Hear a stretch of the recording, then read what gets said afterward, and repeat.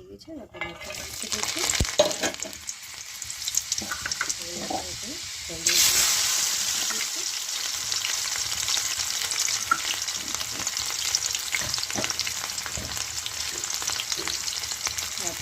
બોલી ના જાય એટલે આપણે જોઈને નાખી દઈશું વઘારમાં.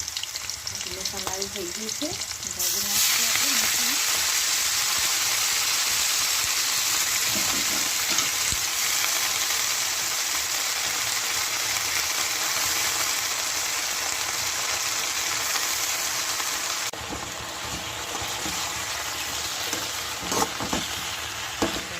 હલાવી લઈશું. વઘારમાં લસણ અને મરચાં લીલા નાખ્યા છે, મોરીને લસણ આખું નાખ્યું છે.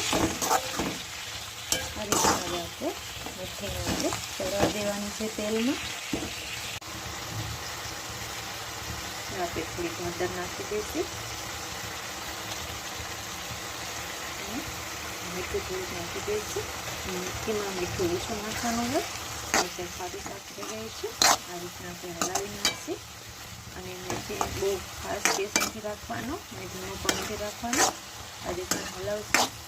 પછી આપણે થાળી ઢાંકીને જવા દેવાનું છે. તો મેથી ચડે છે તો તમે થાળી ઢાંકી દઈશું અને ગેસ મીડિયમ રાખી દઈશું.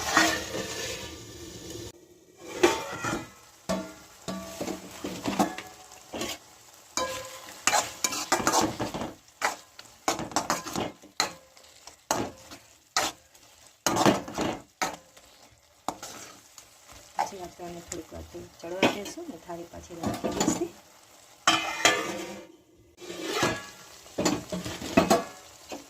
આપણે જોઈ લઈશું મેથી ચડી ગઈ છે.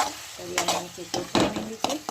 તો તમે હવે આપણે આમાં થોડુંક પાણી નાખી દઈશું. આપણે છે ને રસાવાળી મેથી બનાવી છે, રસબોળથી, એટલા માટે.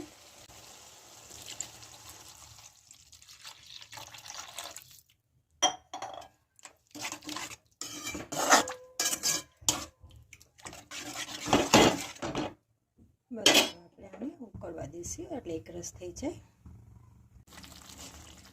હવે આપણું મેથીનું શાક ચડી ગયું છે અને એકદમ એક રસ થઈ ગયું છે. જે આપણે પાણી નાખ્યું તે અને રસબોળથી થઈ ગયું છે.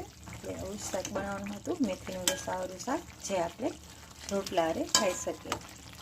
આપણું શાક તૈયાર છે. મારી ચેનલને લાઈક અને સબસ્ક્રાઈબ કરી દેજો.